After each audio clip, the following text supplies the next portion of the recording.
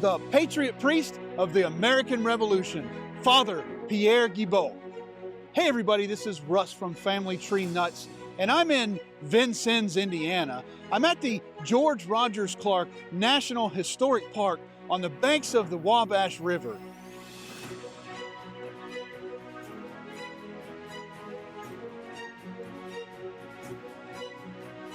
And I'm in front of the oldest Catholic church in Indiana.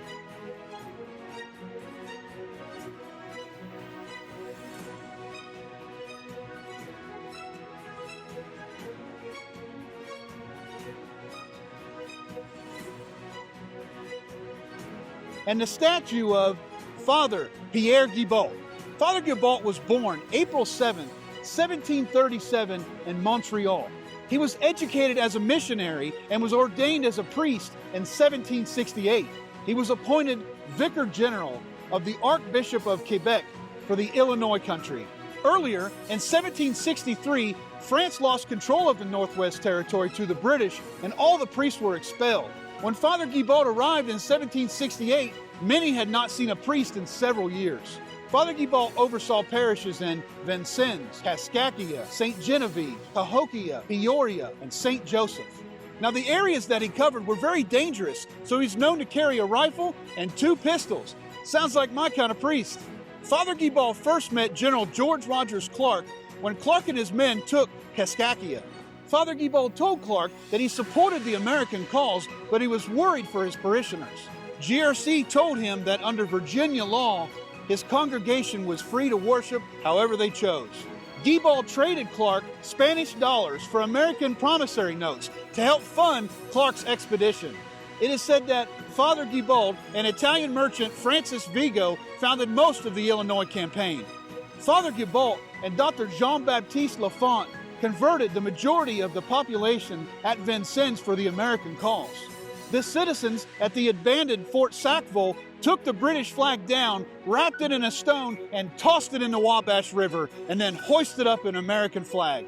British Lieutenant Governor Hamilton, also known as the Hair Buyer, came and retook Fort Sackville.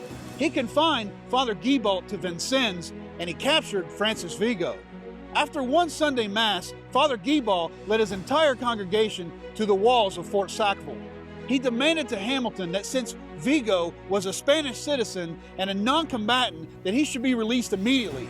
He said if they did not release Vigo immediately, that they would block all supplies from the fort. Hamilton released Vigo under one condition, that he would return to St. Louis and not do anything that would be injurious to the British cause. Vigo was released and lived up to his word, and didn't do anything that was injurious to the British cause on his way back to St. Louis.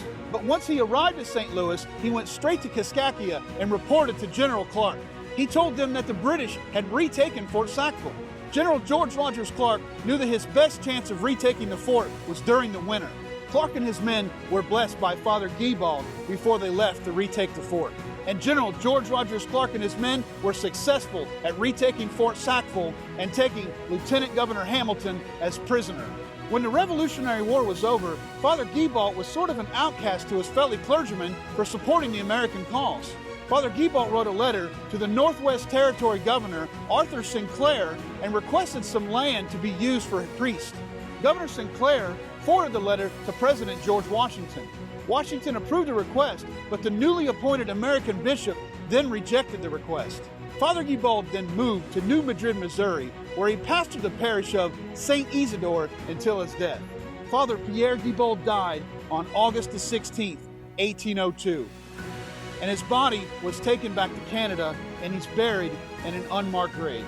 So here we are at the statue and monument of Father Pierre Gibault, the Patriot Priest. And hey, remember, Family Tree Nuts, let our nuts find the nuts in your family tree. Like what you see? Make sure you follow us on Facebook, Instagram, and Twitter. And subscribe to our YouTube channel. Don't forget to click the little bell so you get notifications as to when we post new videos. And you can find out more about us and contact us at familytreenuts.org.